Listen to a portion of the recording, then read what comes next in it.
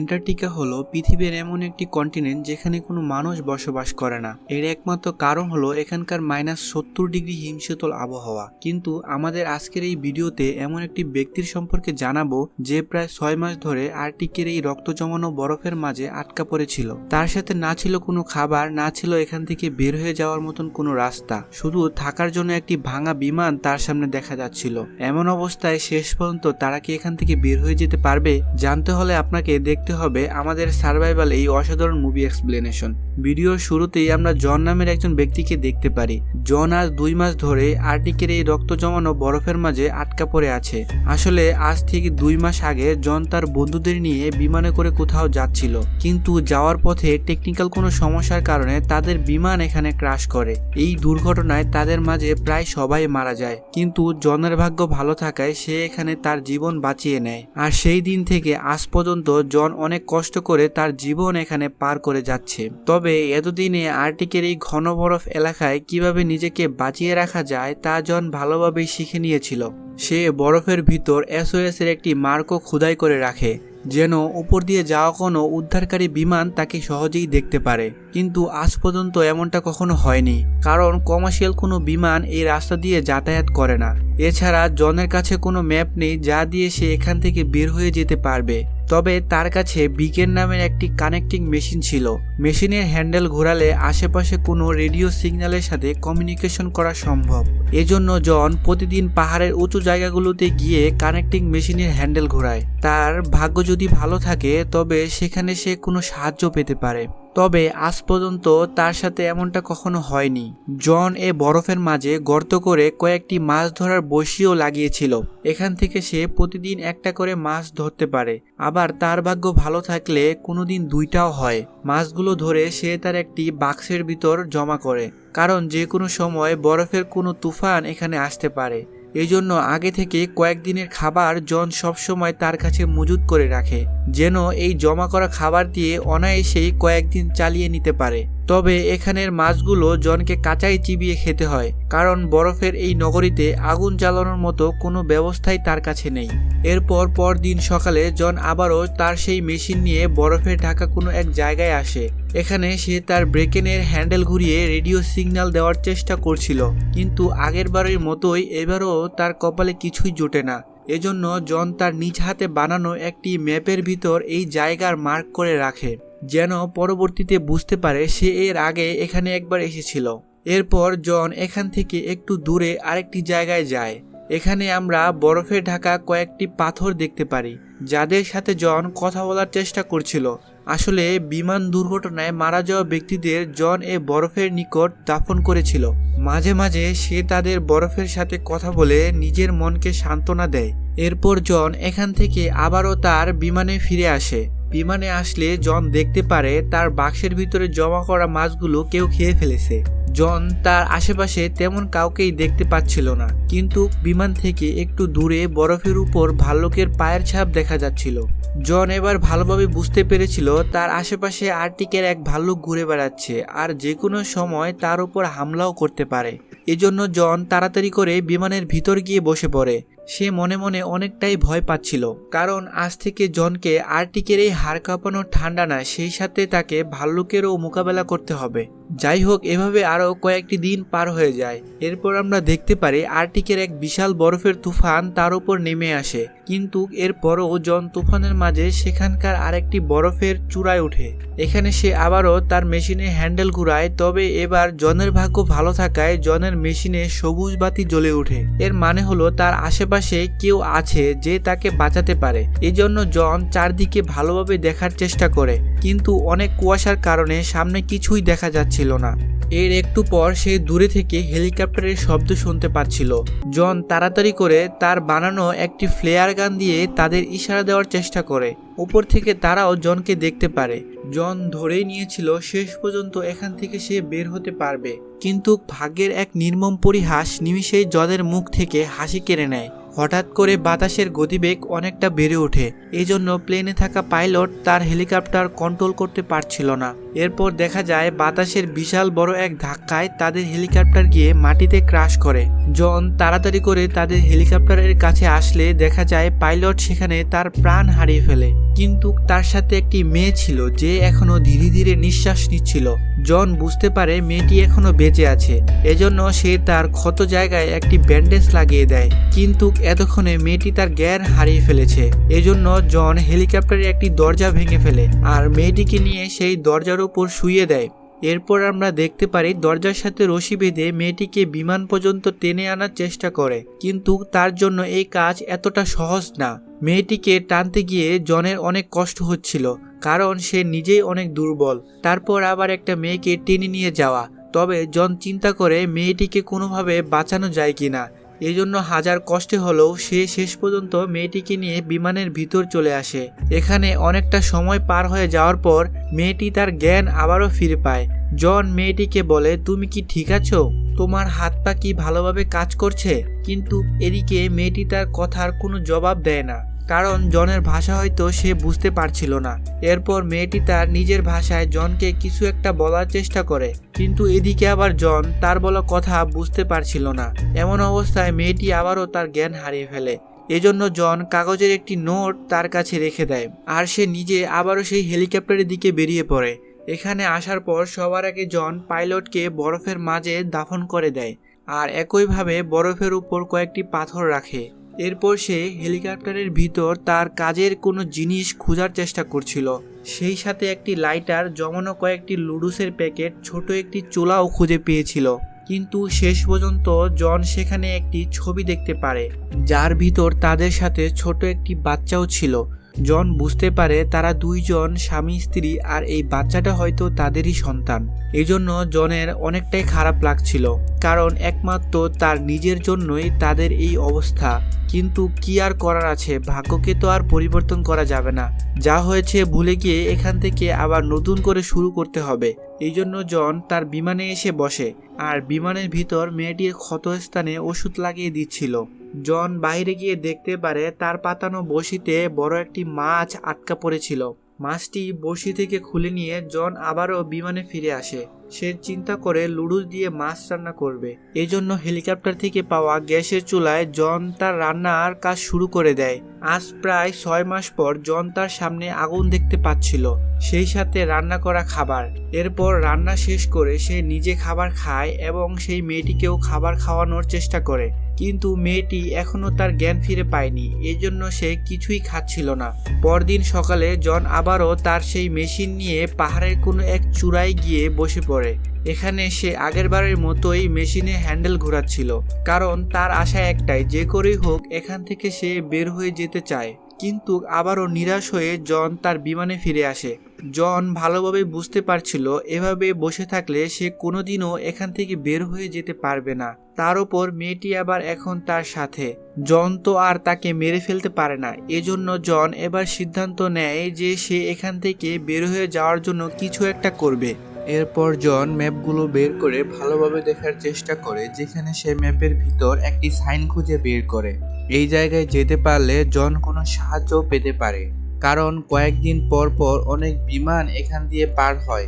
কিন্তু সমস্যা হলো এই জায়গা তাদের এখান থেকে কয়েক মাইল দূরে, যার ফলে জনের সেখানে যাওয়া অনেক কষ্টকর হয়ে যাবে। আর এমনও হতে পারে রাস্তার মাঝে সে তার জীবনও হারিয়ে ফেলতে পারে। কিন্তু তারপরেও জন সেখানে যাওয়ার সিদ্ধান্ত নেয়, কারণ এখানে থেকে ধীরে ধীরে মরার তুলনায় চেষ্টা করে নিজের জীবন হারানো অনেকটাই উত্তম।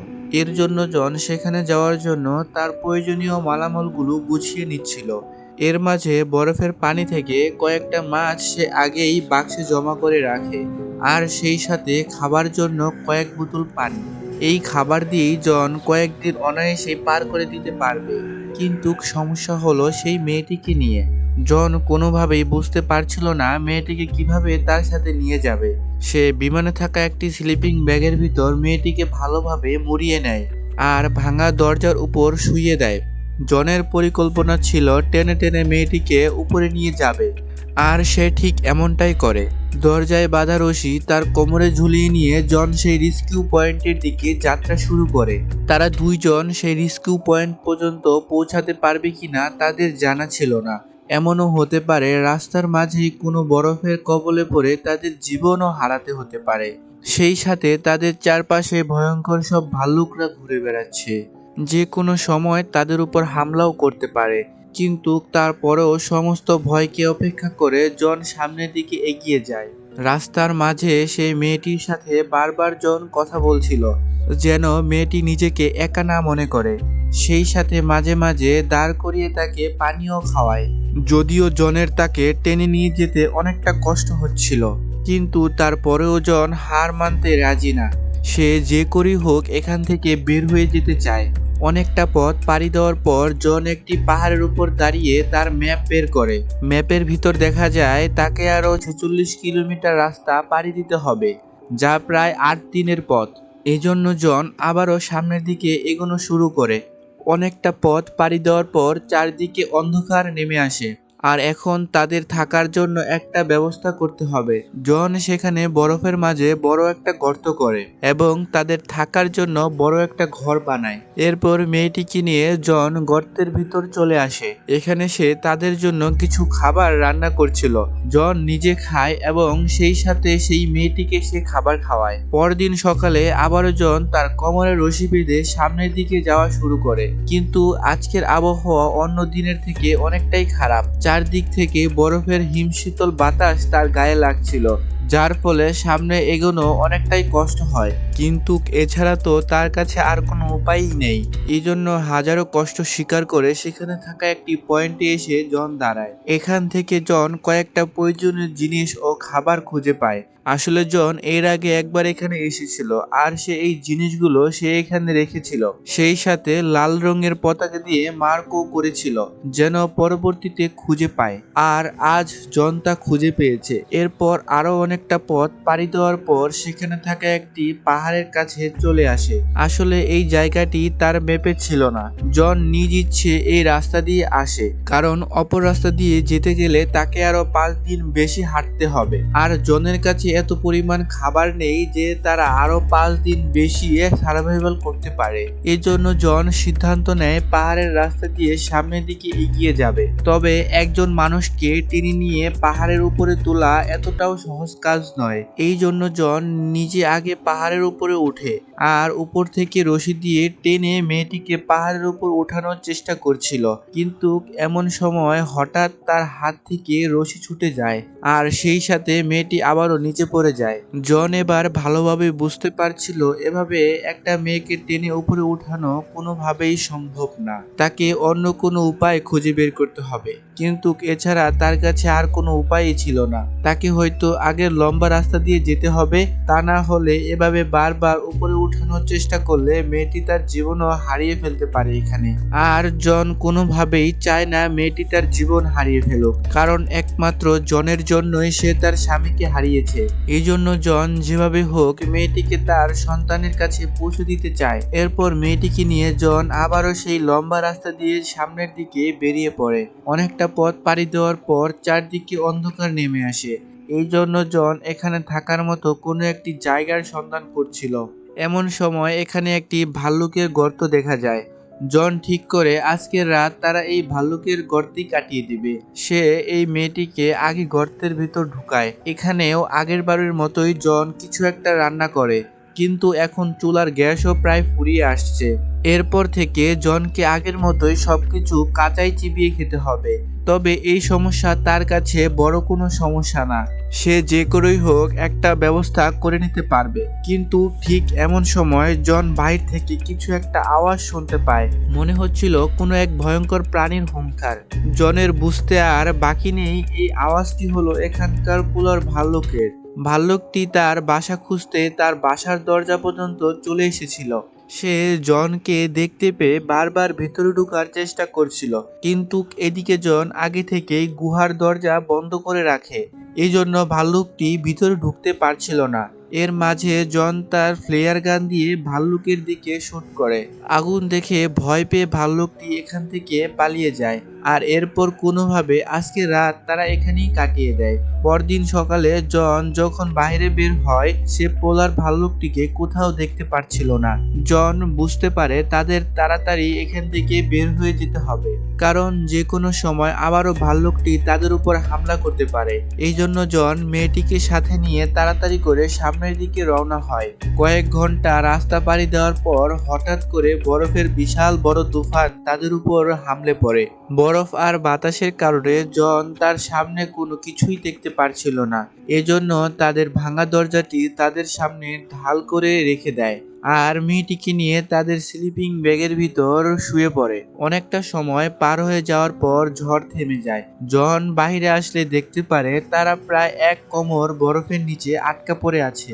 সে কোনোভাবে মেয়েটিকে নিয়ে বরফের ভিতর থেকে বের হয়, কিন্তু এদিকে মেয়েটার অবস্থা অনেকটাই খারাপ। সেই সাথে তার ক্ষত স্থানে এখন ইনফেকশন হয়ে গেছে। জন এবার বুঝতে পারে মেয়েটি হয়তো আর বেশি সময় বাঁচবে না। এজন্য তাকে সাথে টেনে নিয়ে যাওয়ার কোনো মানেই হয় না। জন সিদ্ধান্ত নেয় এখান থেকে সে একাই সামনের দিকে যাবে। যাওয়ার আগে সে মেয়েটির কাছে ক্ষমা চায়, কারণ এত কষ্ট করার পরেও শেষ পর্যন্ত জন তাকে বাঁচাতে পারল না। এরপর জন একাই সামনের দিকে বেরিয়ে পড়ে, কিন্তু কিছু দূর যাওয়ার পরে পা পিছলে গিয়ে সামনে থাকা একটি গর্তের ভিতর সে পড়ে যায়। আর গর্তের ভিতর পড়ে জনের এক পায়ের হাঁটু ভেঙে যায়। এখানে সবার আগে জনের সেই মেয়েটির কথা মনে পড়ছিল। হয়তো ঈশ্বর চায় না মেয়েটিকে সে একা এভাবে ফেলে রেখে চলে যাক, এই জন্য ঈশ্বর তাকে এই শাস্তি দিল। জন তার ভুল বুঝতে পেরে বরফের মাঝে শুয়ে একাই কান্নায় ভেঙে পড়ে। হয়তো এই মেয়েটি তার জীবন বাঁচানোর একটা অংশ হতে পারে, কিন্তু জন তা ভুলে গিয়েছিল।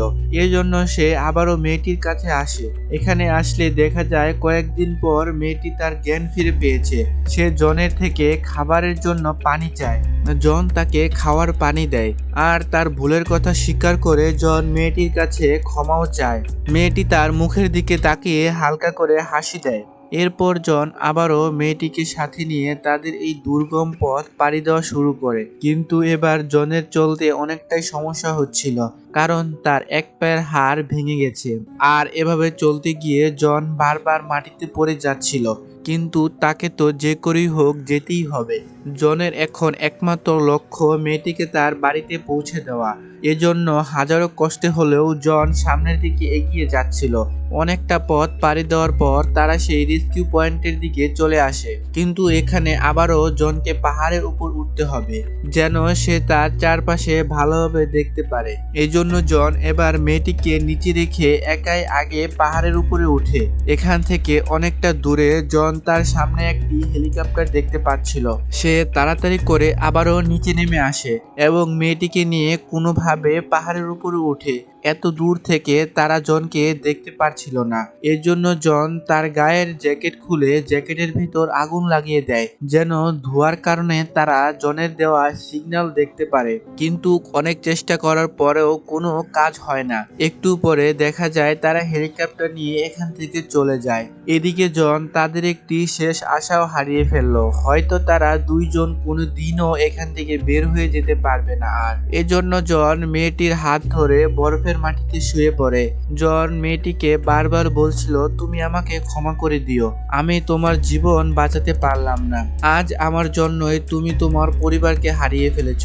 আমি যদি তোমাদের থেকে সাহায্য না চাইতাম হয়তো আজ তোমরা বেঁচে থাকতে। এরপর দেখা যায় জন মেয়েটির হাত ধরে তাদের জীবনের শেষ নিঃশ্বাস ত্যাগ করছিল।